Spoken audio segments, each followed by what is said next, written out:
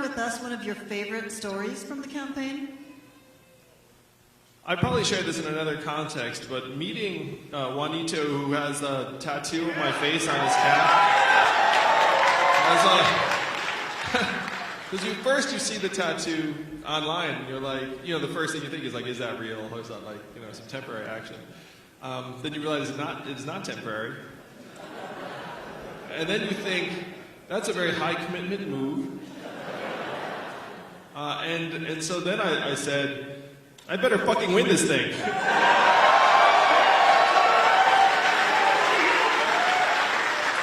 Indeed. What's your favorite part about being in Nevada? Right now, the weather here is much, much better than it is on the East Coast. Like I left New York and it was, capital C, cold. Like it's not like, oh, fall chilly. I was like, it's freaking cold. I looked up and I was like, oh, like freaking Nevada would be like a great time. But bigger picture, the Yang Gang has welcomed us with open arms here in Nevada from day one. And that's the best part about being here. Also today, I got to have lunch with 8 recipients of the Freedom Dividend. And I was looking forward to that very, very much. They're actually here seated in the front. Go ahead and stand, if you will, and just let people know.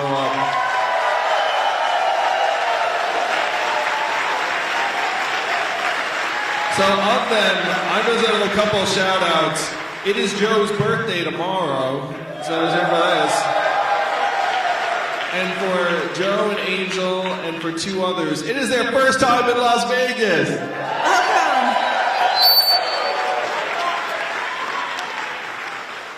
So I've been looking forward to meeting them in person for a while. So when I saw this trip and I knew they were coming, then that was something that was a highlight. That's fantastic. Well, the weather here is perfect right now. And I'd like to know, how did your family feel, especially Evelyn, when you first told them you would be running for president? Well, you've probably seen the interviews with Evelyn where she was skeptical that it was really happening for a while, which I guess is a pretty normal reaction. Her husband's like, hey, baby, I'm thinking about running for president. What do you think? And then she's like, like pass the salt, or whatever. Because the conversation built over months, and I think the seriousness ratcheted up when I was like, hey, I'm going to quit my job and start preparing for the run. But Evelyn's been a superstar the whole time. She's the superhero in our family, the Rock. And I have to say how excited I am to have her with me on the trail now. It's like been a game changer.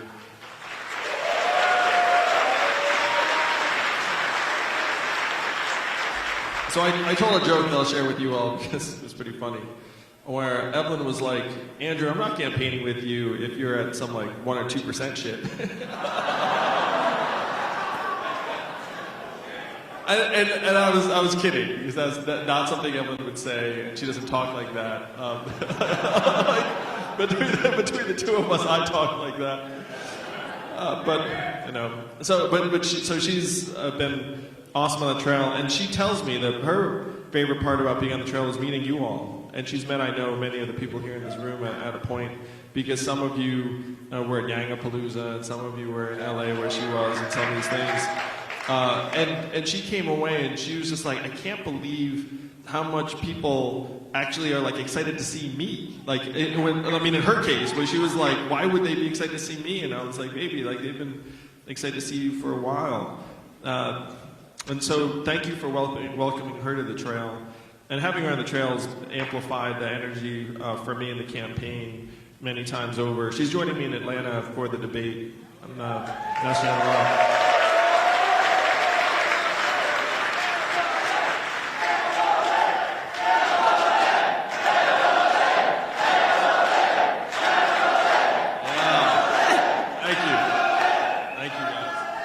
You too.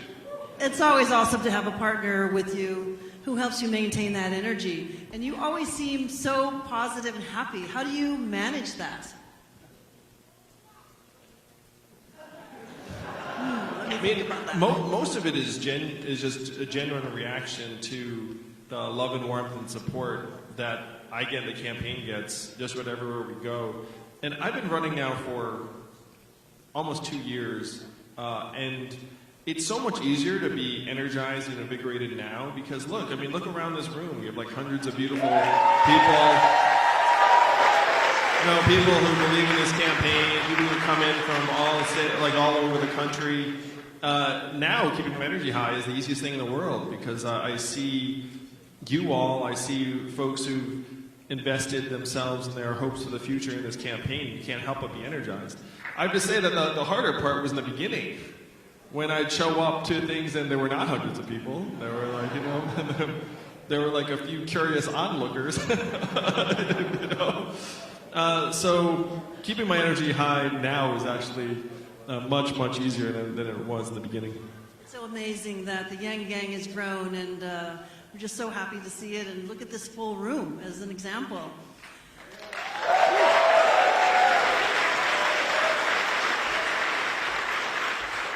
Let's learn a little bit about your background. What at the education company helped you to prepare to become president? The education company I ran taught me a lot about trying to put people in positions where they could do work they enjoy. So the industry I was in had a turnover rate of 100% a year. In other words, most of the people who did it for 1 year and then pieced out. Like, it was very much of a transitory type of industry. And it's not alone in that. Like, if you look at a lot of our industries, they actually have turnover rates approaching that. A lot of the food service businesses, home healthcare aides have turnover rates approaching that. And this particular slice of the education industry also had a really high turnover rate. So when I first got into it, I thought, okay, if we treat people well and we paid them more, could we get that turnover rate down to something that I thought would be reasonable, like maybe like 20%, which would obviously be a lot lower than 100%. And so I thought that was like a very ambitious goal. And we got it down to 5%. Now we got it down to 5% because we did something, and I say this around the country too. I've run businesses. There are 3 things you can do with your people. Number 1, you do nothing, and then they leave pretty soon, probably about a year. They'll just peace out. Number 2, you tell them how great they are. And that works for a little while, but then eventually they're like, talk is cheap, and then they leave.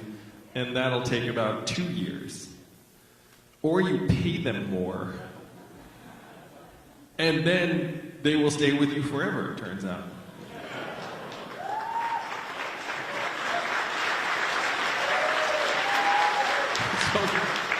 So the way we got turnover down to 5% is we just paid a lot more. No, and we treated them well too. Like, we had national gatherings of the teachers, which just were like a pure cost. I was just like, look, if you're teaching for this company, you should have a trip to meet other teachers and the team and spend some time together and feel like you're developing in some professional way. So that was like just a pure cost item. I was like, I want to have, so I called it the convocation because I was like, it'd be like cooler sounding. We had like a cool name, and then people thought convocation was lame. I was like, tough luck, I'm the CEO, it's a convocation. So, it was a nerdy company, as you can tell. So we did things that were non-monetary, but the non-monetary stuff was a lot more powerful because we actually just put our money where our mouth is. If we put our money where our mouth is and skipped all the non-monetary stuff, that probably would have worked to a large extent too. If you put the two of them together, though, they're very, very powerful. And so that's how we got it down to 5%. People want to be valued and they want to be compensated and recognized. That's very true, and maybe I should apply for a job. He's paying more. So speaking of jobs... I want to give out everyone in the country a raise, you know what I'm saying? Exactly! Yes!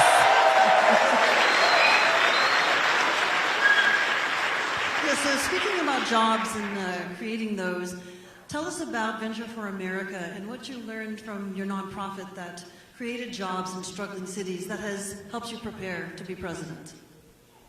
I learned so much from Venture for America, and some of it very, very encouraging, and some of it, frankly, shocking and horrifying to a point where I decided to run for president.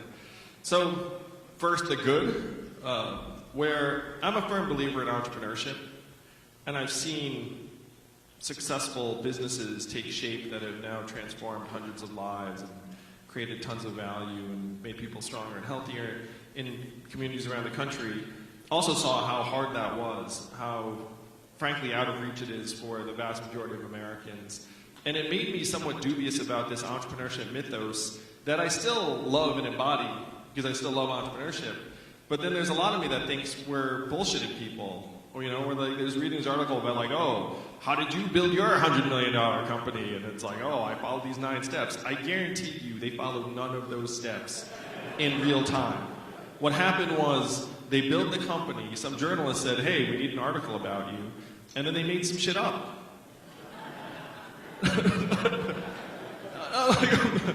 I'm telling you, I'm like, that is what's happened. Like retroactive, you're like, oh, how did I do this? And then you're like, you know. So that was like the tough reality that I saw in a lot of the country, and the fact that our economy now has reached these historic winner-take-all extremes that we're going to end up grinding up more and more people, and the fact that I was this celebrated social entrepreneur who, objectively, if you start a nonprofit and it raises millions of dollars and you get recognized by the White House and stuff, then you're like a success in that realm. But I looked up and said, the work I'm doing is just scratching the surface of the actual problems. And that was true not just for me, that was true for just about every nonprofit leader that I knew. Because what happens, in some ways, like this is not, it's just what happens.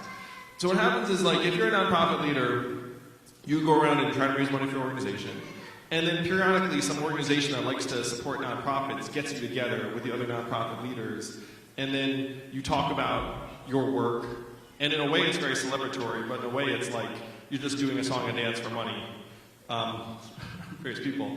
And so then you're with the nonprofit leaders, and then when you talk turkey, everyone is like, yeah, we're just scratching the surface of the problem. Like, none of us are actually solving the problems. But we're getting recognized because people like the amount of work that we're doing that is just skimming the surface.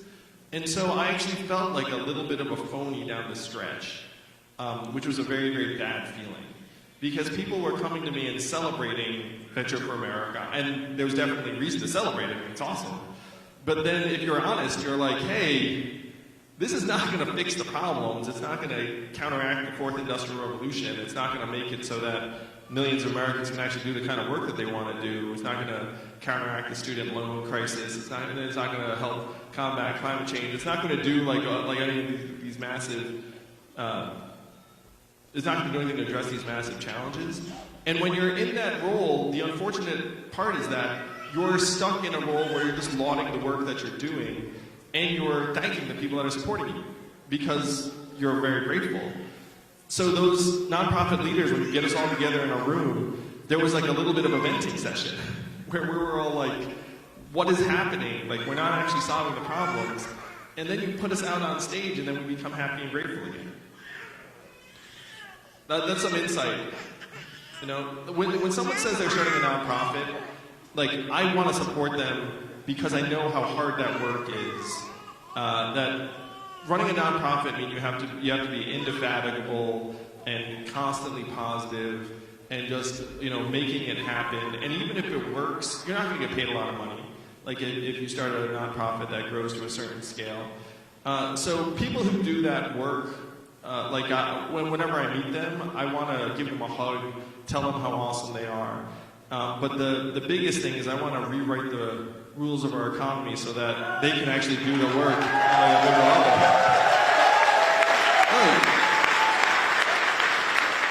So $1,000 a month in the hands of every American would channel tens of billions of dollars into nonprofits in every part of the community. And one of the policies on the website that even you guys who are hardcore Yang Gang probably missed because it's like policy number 83 out of 160 or whatnot, is prosperity grants of $100 a year that you can only give to a nonprofit for every American. So this would channel billions of dollars into nonprofits, but it does something even more powerful. Number one, it makes all of us each of us a philanthropist. So you actually have to think, okay, what are the causes that I value? And number two, it makes every nonprofit responsive to people and stakeholders instead of the check writers. Because the tough truth about running a nonprofit is like they're the people you're serving who are almost never actually cutting you checks. And then they're the people who are cutting you checks, who tend to be kind of far away from the action. And so you wind up getting pulled towards the money and away from the people. This is another way if we unify the money and the people, that it would reform the way nonprofits operate.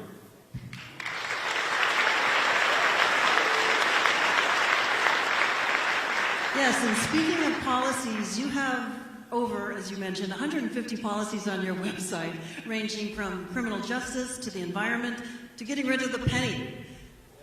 What is... We hate the penny here in the Yang Gang. The penny is terrible. That's the root of our problems. No, it's not. What is tying those together? Those ideas. Or not having the daylight savings time switch every year.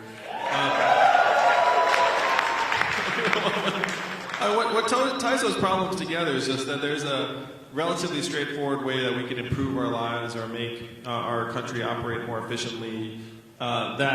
Maybe the penny's not like the top on your list of concerns, but then when you think about it, you're like, why are we dealing with that? Or banning robocalling. It's like, why are we allowing ourselves to be subject to robocalls from corporations that, when's the last time you got a robocall you were excited about? You were like, oh, I'm really glad this one came through. This one's telling me something really interesting about my IRS tax return. Or whatever the heck. At least that's what my robocalls seem to be about. Not that I picked them up, obviously, I'm not an idiot, but when I pick them up, they seem to have a lot to do with the IRS. So they're just ways that we can improve our lives that most Americans just look up and be like, yeah, that's common sense. I think that's like the common thread to the policies. Certainly some of the problems are much, much bigger than others. But hey, you can do something, like one thing, I don't know if it's coming up a little later, but we should legalize online poker. Now, is that like a top 20 problem for most people? No. Or someone said yes. I mean, we're in Las Vegas. It is at all. Oh, good. Well, it's top 20 problem for some people. But does it make sense to have online poker be legal in 4 states and then not the others, and then all the people that we know are gambling anyway have to go to these offshore sites that are shady and don't have various consumer protections, and the revenue's flowing offshore? Like, that does not make any sense. So there are ways that we can fix things, both big and small. Yes, we love that. Let's get our online poker legalized in the whole USA. Recently you released, top 10 for me. Recently you released a pretty significant technology policy that draws a real contrast between you and Elizabeth Warren. And that is your position about breaking up the big tech companies. Why do you think that's not the approach to take, and what should we be doing instead?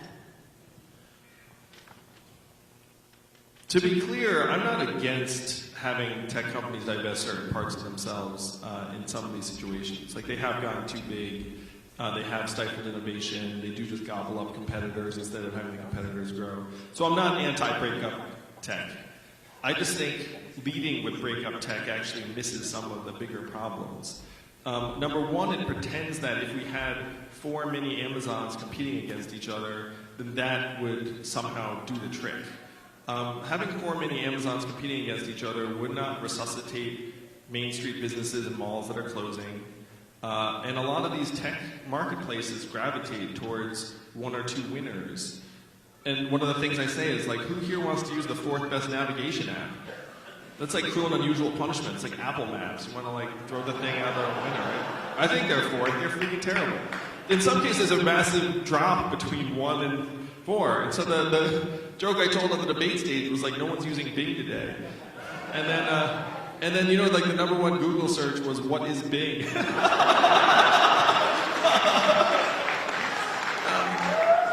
So saying that we're gonna, like, break them up and have them compete against each other, it's like, it doesn't actually solve some of the problems. And then if you dig deeper, like, what are the problems? One of the big problems is that our kids are getting hooked on these screens and getting depressed as a result. And if you had 4 mini Facebooks, you would actually be increasing the incentives for them to try and ratchet up the engagement for our kids. You know, it's like, what you have to do is you have to get into the guts of it and saying, hey, maybe we need to recalibrate the 20 design decisions you made on this social media app. Instead of maximizing user engagement, which obviously maximizes your profits, we need to maximize our kids' health, and that was going to mean a different set of decisions. So saying break up tech, it's a 20th century solution to 21st century problems. We need to be more nuanced and surgical because each of these tech companies is its own set of problems and issues.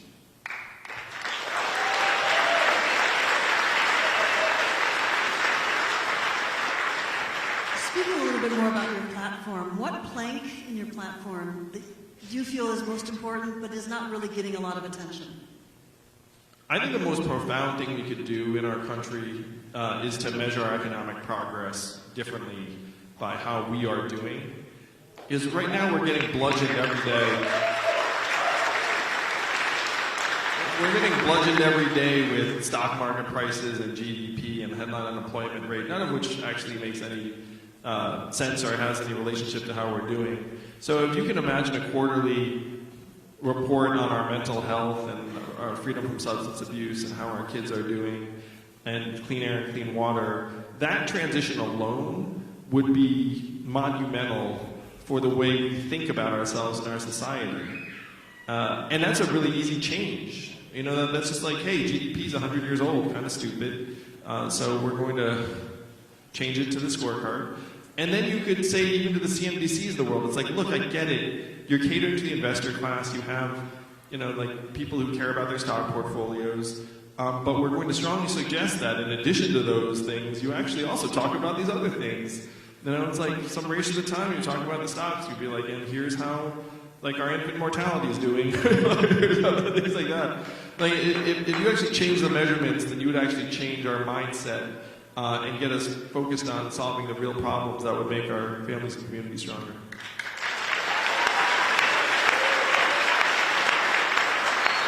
I agree with that. I'd like to touch a little bit about some recent news. The tragic shootings in Santa Clarita are a really worrying pattern in America. And I'd like to know what you would do as president to help curb gun violence, particularly in schools. That's become such a terrible problem. I have a 4-year-old son whose school just had an active shooter drill for the first time. And the active shooter drills cause stress and anxiety and confusion among kids and families. And there's no evidence they're actually saving lives and making us safer. So I would make the shooter drills optional. Now, I dug into what happened. This is a terrible time in our country where there's a school shooting, and then we have to ask, and each of you does this, I know, where you say, like, how much am I going to dig into this particular shooter's background and fact pattern? You know what I mean? Like how much am I going to find out? On this one, I wanted to know everything. In part because, you know, now school shooting, I mean, I will say that, like, generally speaking, my pattern during one of these shooters is to try and find out everything. But there have been times where I've almost not wanted to dig too deep because you're like, oh, like this is, it's like peering into